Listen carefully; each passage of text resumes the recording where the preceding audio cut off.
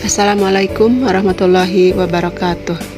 Selamat berjumpa kembali dengan saya Nunung Nurjanah pada mata pelajaran PPKN kelas 12 dengan materi peran lembaga penegak hukum dalam menjamin keadilan dan kedamaian. SMA Negeri 1 Jalan Cagak, periode bulan Oktober tahun 2023-2024.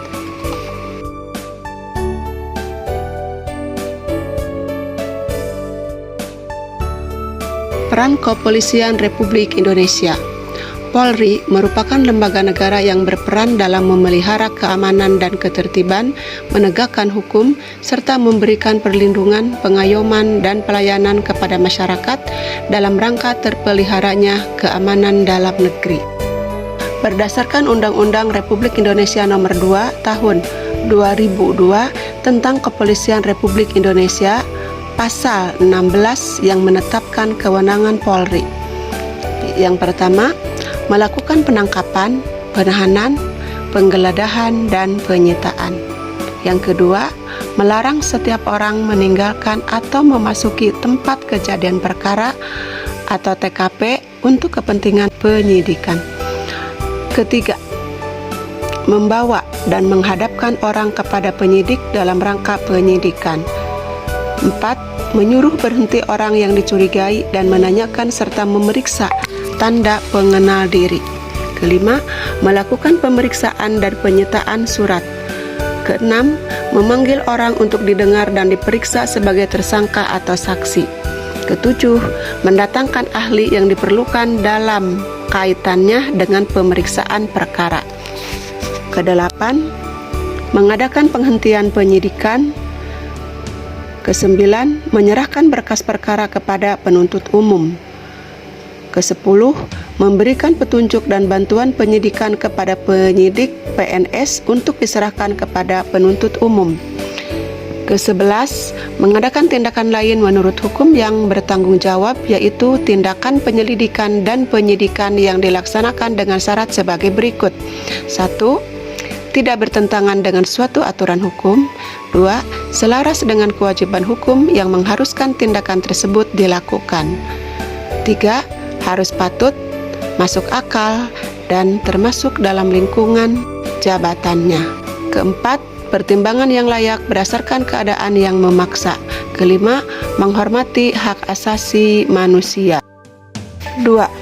Peran Kejaksaan Republik Indonesia. Kejaksaan Republik Indonesia adalah lembaga negara yang melaksanakan kekuasaan negara, khususnya di bidang penuntutan. Keberadaan Kejaksaan Republik Indonesia diatur dalam Undang-Undang Negara Republik Indonesia Nomor 16 Tahun 2004. Tugas dan wewenang Kejaksaan. A. Di bidang pidana. Yang pertama, melakukan penuntutan. Yang kedua, melaksanakan penetapan hakim dan putusan pengadilan yang telah memperoleh kekuatan hukum yang tetap. Ketiga, melakukan pengawasan terhadap pelaksanaan putusan pidana bersyarat, putusan pidana pengawasan, dan putusan lepas bersyarat. Keempat, melakukan penyidikan terhadap tindak pidana tertentu berdasarkan undang-undang. Kelima, melengkapi berkas perkara tertentu dan untuk itu dapat melakukan pemeriksaan tambahan sebelum dilimpahkan ke pengadilan yang dalam pelaksanaannya dikoordinasikan dengan penyidik. B. Di bidang perdata dan tata usaha negara. Kejaksaan dengan kuasa khusus dapat bertindak baik di dalam maupun di luar pengadilan untuk dan atas nama negara atau pemerintah. C. Di bidang ketertiban dan ketentraman umum. 1. Peningkatan kesadaran hukum masyarakat. 2. Pengamanan kebijakan penegakan hukum. 3. Pengawasan peredaran barang cetakan. 4. Pengawasan aliran kepercayaan yang dapat membahayakan masyarakat dan negara. 5. Pencegahan penyalahgunaan dan atau penodaan agama. 6. Penelitian dan pengembangan hukum serta statistik kriminal. 3. Peran hakim sebagai pelaksana kekuasaan kehakiman. Hakim adalah pejabat peradilan negara yang diberi wewenang oleh undang-undang untuk mengadili. Mengadili merupakan serangkaian tindakan hakim untuk menerima, memeriksa, dan memutuskan perkara hukum berdasarkan ketentuan perundang-undangan. Menurut ketentuan Undang-Undang Negara Republik Indonesia Nomor 48 Tahun 2009 tentang kekuasaan kehakiman, hakim berdasarkan jenis lembaga peradilannya dapat diklasifikasikan menjadi 3 kelompok berikut. A. Hakim pada Mahkamah Agung yang disebut dengan Hakim Agung. B. Hakim pada peradilan yang berada di bawah Mahkamah Agung, yaitu dalam lingkungan peradilan umum, peradilan agama, peradilan militer, peradilan tata usaha negara, dan hakim peradilan khusus yang berada dalam lingkungan peradilan tersebut. C. Hakim pada Mahkamah Konstitusi yang disebut Hakim Konstitusi. Perbedaan antara konsep peradilan dan pengadilan. Peradilan menuntut pada proses mengadili perkara sesuai dengan kategori perkara yang diselesaikan. Sedangkan pengadilan menunjuk pada tempat untuk mengadili perkara atau tempat untuk melaksanakan proses peradilan guna menegakkan hukum. Jadi, pengadilan secara umum mempunyai tugas untuk mengadili perkara menurut hukum dengan tidak membeda-bedakan orang. Pengadilan tidak boleh menolak untuk memeriksa, mengadili, dan memutus suatu perkara yang diajukan dengan dalih bahwa hukum tidak ada. Keempat, peran advokat dalam penegakan hukum. Advokat merupakan profesi yang memberi jasa hukum seperti konsultasi hukum, bantuan hukum, menjalankan kuasa, membela, mendampingi, dan melakukan tindakan hukum. Tugas advokat secara khusus membuat dan mengajukan gugatan, jawaban, tangkisan, sangkalan, memberi pembuktian, mendesak segera disidangkan atau diputuskan perkaranya, dan sebagainya. Di samping itu, pengacara membantu hakim dalam mencari kebenaran dan tidak boleh memutar balikan peristiwa demi kepentingan kliennya agar kliennya menang dan bebas. Hak dan kewajiban advokat yang diatur dalam Undang-Undang Republik Indonesia Nomor 18 Tahun 2003. Hak advokat. Yang pertama, advokat bebas mengeluarkan pendapat atau pernyataan dalam membela perkara dengan tetap berpegang pada kode etik, profesi, dan kode peraturan perundang-undangan. B.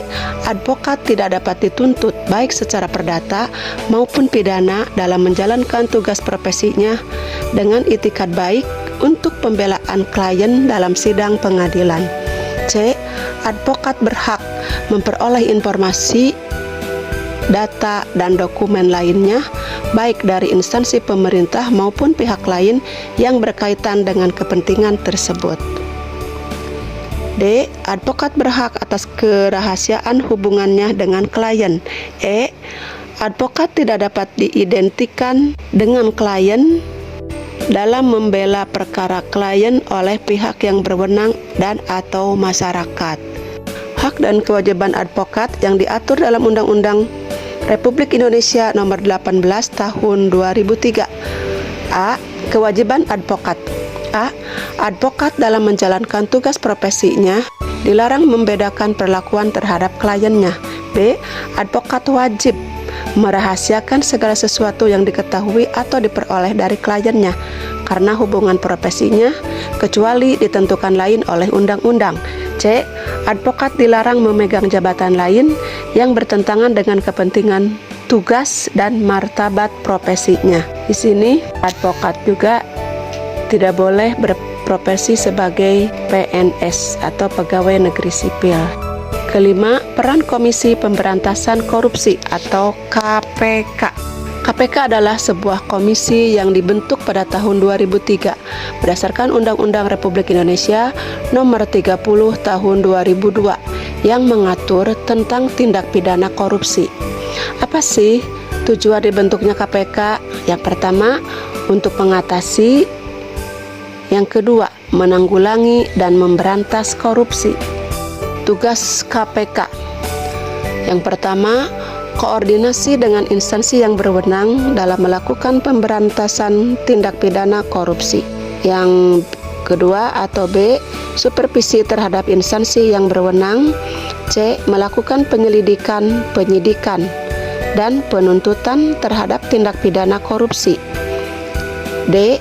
Melakukan tindakan pencegahan tindak pidana korupsi. E. Melakukan monitoring terhadap penyelenggaraan pemerintahan negara. Dalam menjalankan tugas dan wewenangnya, KPK berpedoman pada asas sebagai berikut. Yang pertama, kepastian hukum, yaitu asas dalam negara hukum yang mengutamakan landasan peraturan perundang-undangan, kepatutan, dan keadilan dalam setiap kebijakan menjalankan tugas dan wewenang KPK. Yang kedua, keterbukaan, yaitu asas yang membuka diri terhadap hak masyarakat untuk memperoleh informasi yang benar, jujur, dan tidak diskriminatif. Yang ketiga, akuntabilitas, yaitu yang menentukan bahwa setiap kegiatan dan hasil akhir kegiatan KPK harus dapat dipertanggungjawabkan kepada masyarakat atau rakyat sebagai pemegang kedaulatan tertinggi negara sesuai dengan peraturan perundang-undangan yang berlaku. 4. Kepentingan umum, yaitu asas yang mendahulukan kesejahteraan umum dengan cara yang aspiratif, akomodatif, dan selektif. Kelima, proporsionalitas, yaitu asas yang mengutamakan keseimbangan antara tugas, wewenang, tanggung jawab, dan kewajiban KPK. Hanya itu yang bisa saya sampaikan. Terima kasih. Wassalamualaikum warahmatullahi wabarakatuh.